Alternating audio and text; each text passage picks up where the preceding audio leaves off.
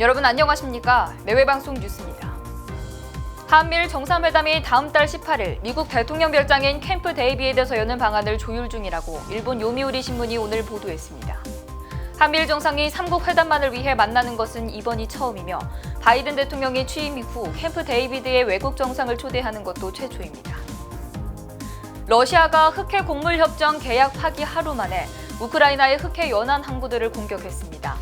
러시아 국방부에 따르면 흑해에서 우크라이나 항구로 항해하는 모든 선박에 대해 군용 화물을 운송하는 선박으로 간주할 것이라고 CNN 등 외신이 보도했습니다.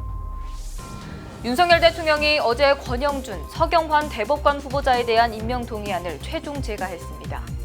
지금까지 진보 성향이 과반을 이루고 있던 대법에 새로운 대법관이 취임하면서 중도 보수 7명, 진보 6명으로 진보 색채가 옅어졌다는 평가가 나오고 있습니다.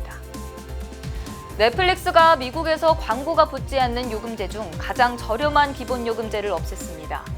넷플릭스에 따르면 베이직 요금제는 신규 회원, 재가입 회원에게는 더는 제공되지 않는다며 다만 현재 가입돼 있다면 요금제를 바꾸거나 계정을 취소할 때까지 유지할 수 있다고 밝혔습니다. 영국 BBC 라디오가 그룹 방탄소년단 정국이 오늘 음악 프로그램 라이브 라운지에 출연해 신곡 세븐 등을 부른다고 공식 SNS를 통해 밝혔습니다. 라이브 라운지는 영국 BBC의 유명 라디오쇼로 글로벌 아티스트가 퍼포먼스와 커버곡을 선보이는 프로그램입니다. 다음 달 18일 미국 대통령 별장인 캠프 데이비드에서 한미일 정상회담을 개최하는 방안을 조율 중이라고 일본 요미우리 신문이 오늘 보도했습니다. 바이든 대통령은 지난 5월 히로시마 G7 정상회의에서 한미일 정상회담을 제안했으며 워싱턴으로 초대하겠다고 말한 바 있습니다. 요미우리 신문은 3국 회담만을 위해 만나는 것은 이번이 처음이며 바이든 대통령 취임 이후 캠프 데이비드의 외국 정상을 초대하는 것도 최초라고 언급했습니다.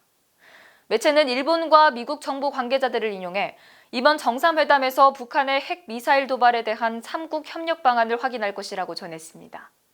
아울러 3국 정상의 개인적 신뢰관계를 심화하고 이를 중국을 포함한 국제사회에 알리려는 의도가 있는 것으로 보인다고 진단했습니다. 러시아가 흑해에서 우크라이나행 화물선을 위협하겠다고 밝힌 가운데 국제 곡물 가격이 최대 폭으로 상승했다고 어제 뉴욕타임스가 보도했습니다. 로이터 통신에 따르면 7월 20일부터 흑해를 통해 우크라이나 항구로 가는 모든 선박은 잠재적으로 군사 화물을 실은 적대적인 위협으로 간주할 것이라고 밝혔습니다. 페스코프 대변인은 우리는 그간 협정 사항이 지켜지지 않았음에도 관련 의무를 이행하고 여러 차례 협정을 연장했다고 말했습니다. 다만 글로벌 식량 가격 급등으로 우려가 커지는 가운데 국제사회에선 러시아가 식량을 무기화하고 있다는 의견이 나오고 있습니다. UN 세계 식량 계획 수석 경제학자 아리프 후세인은 인구 수백만 명이 두 자릿수의 물가 상승률로 고통받고 있다는 점에서 중단 시점은 잔인하기 그지없다고 비판했습니다. 빠른 뉴스 행복을 주는 내외방송 차이스더입니다. 안녕하십니까, 차이스더입니다. 내외방송의 더 많은 영상을 보고 싶으시다면 오른쪽에 있는 구독하기 버튼을 눌러주시기 바랍니다. 알림 설정까지 완료하시면 영상이 올라오는 즉시 확인하실 수 있습니다. 저희 내외방송을 시청해주셔서 정말 고맙습니다.